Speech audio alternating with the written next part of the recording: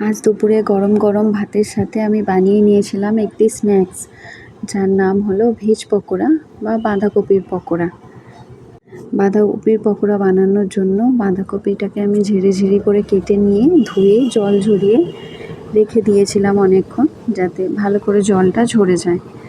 এবার নিয়ে নেবো একটি বড় সাইজের বাটি, তাতে দিয়ে দেবো 5 চামচ মতো বেসন।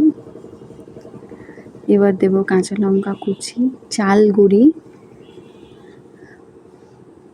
যে যেমন ঝাল খায় সেই মতো লঙ্কা গুঁড়ো, হলুদ গুঁড়ো ও কালো জিরে। আর দিয়ে দিয়েছিলাম একটা ছোট্ট চামচের আদা বাটা।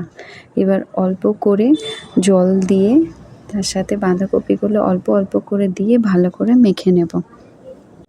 খুব ভালো করে মেখে নিয়ে আমরা এটা 10 মিনিটের জন্য ঢাকনা দিয়ে রেখে দেবো।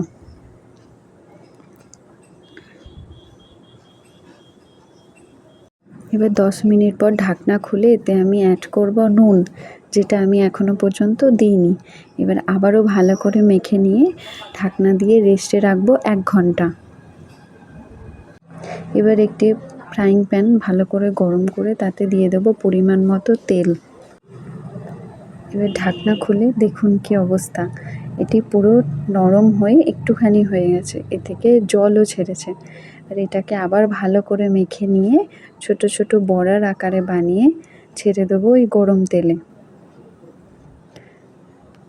এরকম করে আমি অনেকগুলো পকোড়া একসাথে ভেজে নিয়েছি। এবার এক পিঠ উল্টে লাল লাল করে ভেজে এদের তুলে নিতে হবে। মিডিয়াম ফ্লেমে ভাজবেন, নয়তো ভেতরটা কাঁচা রয়ে যাবে। ফ্রাই করা হয়ে গেছে, এবার একটি বোলে এটি সার্ভ করে নেব। রেডি আমাদের ভেজ পকোড়া। এটি গরম গরম ভাতের সাথে বা চায়ের সাথে দারুণ লাগে কিন্তু।